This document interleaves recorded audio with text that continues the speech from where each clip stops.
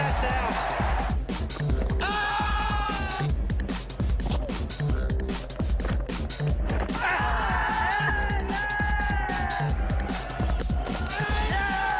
Big shout. Yes, he's got him. Bowled him, he's clean bowled him. That looks like a googly. He played for the leg spin. Interest in the difficult art of leg spin bowling has certainly revived over the past decade, with many now wanting to investigate its subtleties and variations. One man regarded as the spin doctor to many great spin bowlers of the modern era is Terry Jenner, former South Australian and Australian wrist spinner. And he's here to pass on the basic skills of leg spin.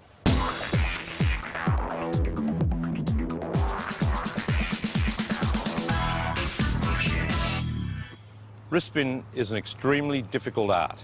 Whilst trying to beat the batsman with flight and again with spin, we also have a very, very small target area in which to land the ball. The stock leg break will pitch in front of the batsman and then spin sharply towards slip. Gone straight to Mark Taylor. To bowl the leg break, it's important to have a good grip. With the seam running between the fingers, the spinning finger is the fourth finger on the hand, and the thumb either resting on the ball or off the ball. That's an option. And the fingers and wrist working together to generate spin, like that.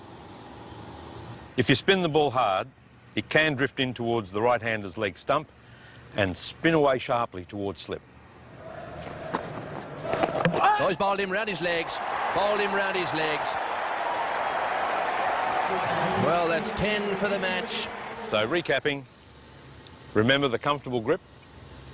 This is the spinning finger. The thumb is an optional, on the ball or off the ball.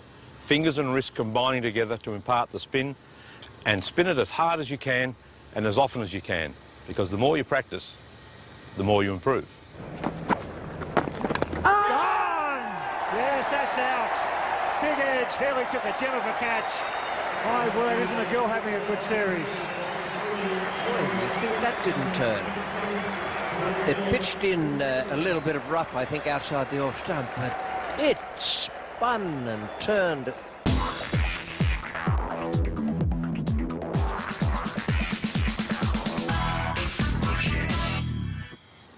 If your leg breaks spinning a lot and the batsman starts to get accustomed to the spin, then it's probably time for a bit of variation.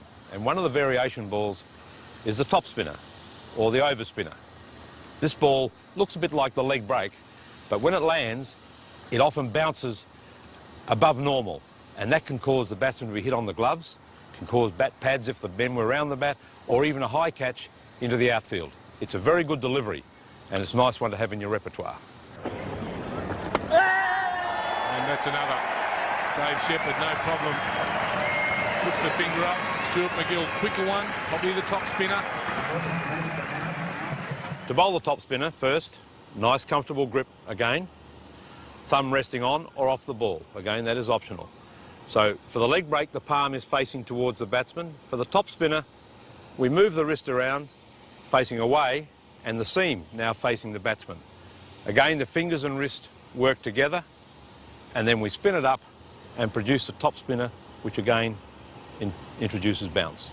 This action imparts overspin on the ball, which means that when it hits the pitch, it will hold its line and bounce up towards the batsman. So once again, recapping, the grip, same as for the leg break, thumb either resting or off the ball, only this time seam facing the batsman, fingers and wrist working towards the batsman, imparting the spin like so, and bouncing and getting that extra bounce off the pitch, and helps keep the batsman guessing.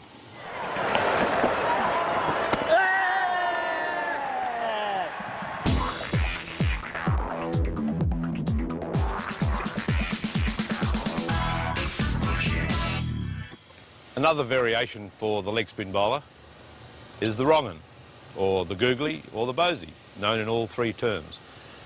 That's the one that a batsman expects sooner or later to come from a leg spin bowler, and whether it's sooner or later is up to the bowler.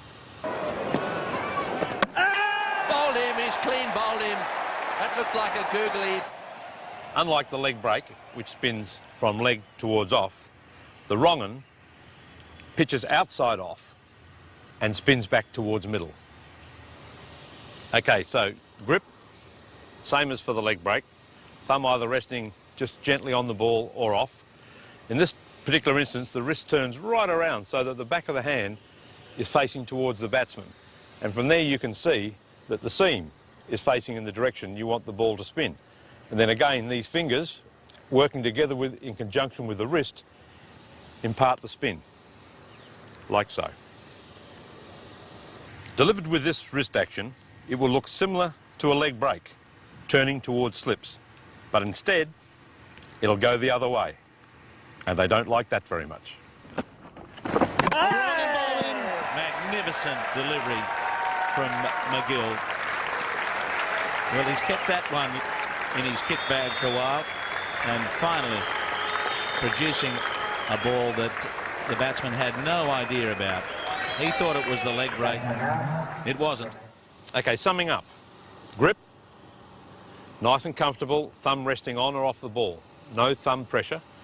The wrist turned around so it's facing the batsman. And that way we get the seam already facing in the direction we want the ball to spin.